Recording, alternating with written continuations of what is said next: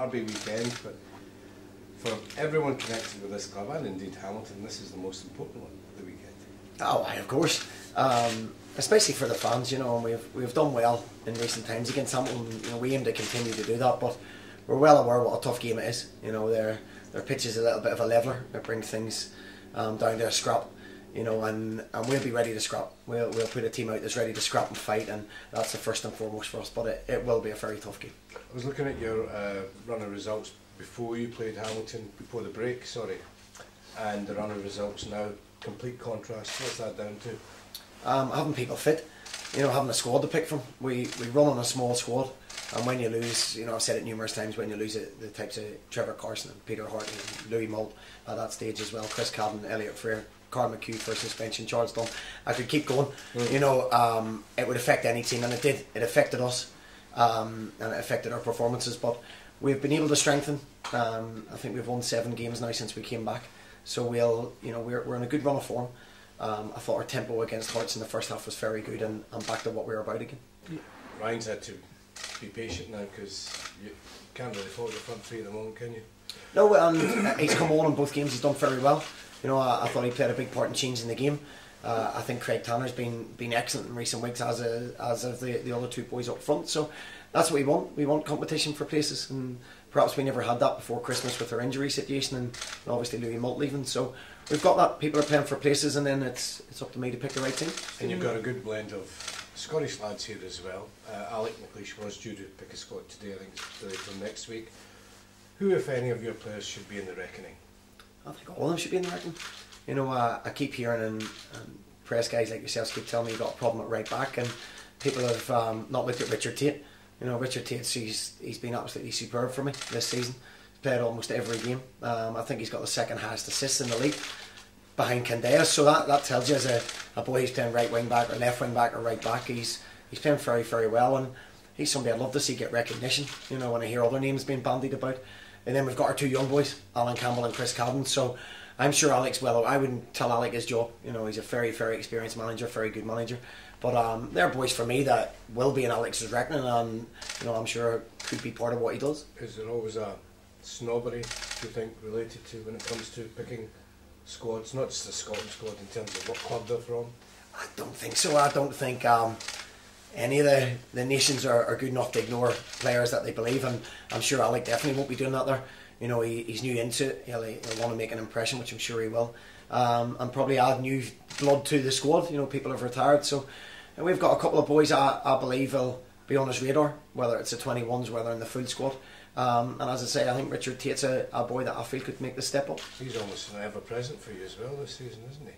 He's been excellent. You know, wherever we asked him to play, he's got 2 good feet. As I say, he puts a lot of crosses into the box. He gets up and down. So he's a boy that's getting better and better as you know he gets older.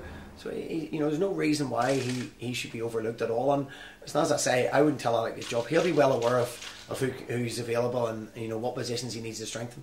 Stephen, you used your cup run at the first half of the season to sort of drive on your league form. Is there a hope now that the fact you've got in the semi-final that can sort of sustain you over the next few weeks in terms of how well the team's doing in league action?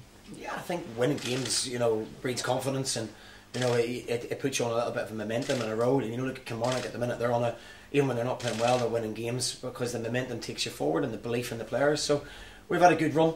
As I say, we've won 7 out of the games that we've come back in all the competitions. We're scoring a lot of goals. I think the only game we haven't scored was against Kilmarnock. So you know, we firmly believe if we continue that. Obviously, the cup gives you something to aim for. It really does. We're still in the running for top 6, but you know, if the boys know that they're fighting for places, which obviously adds a wee bit of eagerness to impress. I was going to say, have you noticed things going up a notch or 2 in training now that they know that there's a place at Hampden up for grabs, and guys obviously desperate to get in the rested for that? In truth, no, because I have to pull them away from each other most days. You know, we train at a really high intensity, and I'm cringing Thursday, Fridays that they're not going into each other and pulling out of tackles and headers and things, and hence, you know, with the Ryan Bowman injury. But that's what we've got. We've got an honest bunch of boys that don't know when to stop. As I say, sometimes they won't play as well as they can do, but they'll never get even in training. It's more about me managing them and than actually trying to get them to raise their game.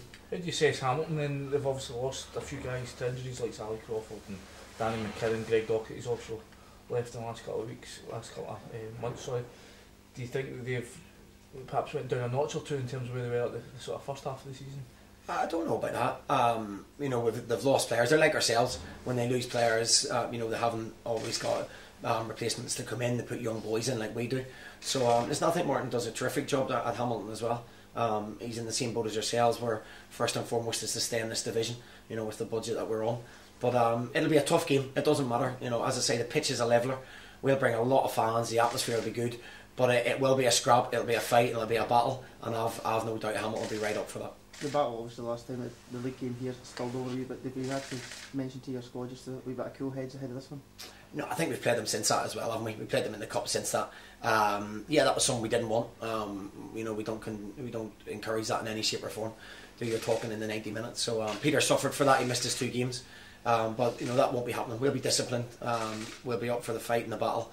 We'll make sure we do it in a disciplined manner. That's been one of the characteristics of this squad, is to get in the faces. You don't want to lose that too much and sacrifice the result just for keeping it nice and quiet. We won't lose that. We won't lose that. We'll be right in their faces. How's your squad looking for the weekend? Yeah, Liam Grimshaw won't be available. George Newell's touch and go. He just went over in his ankle yesterday. Everybody else at this moment in time is available.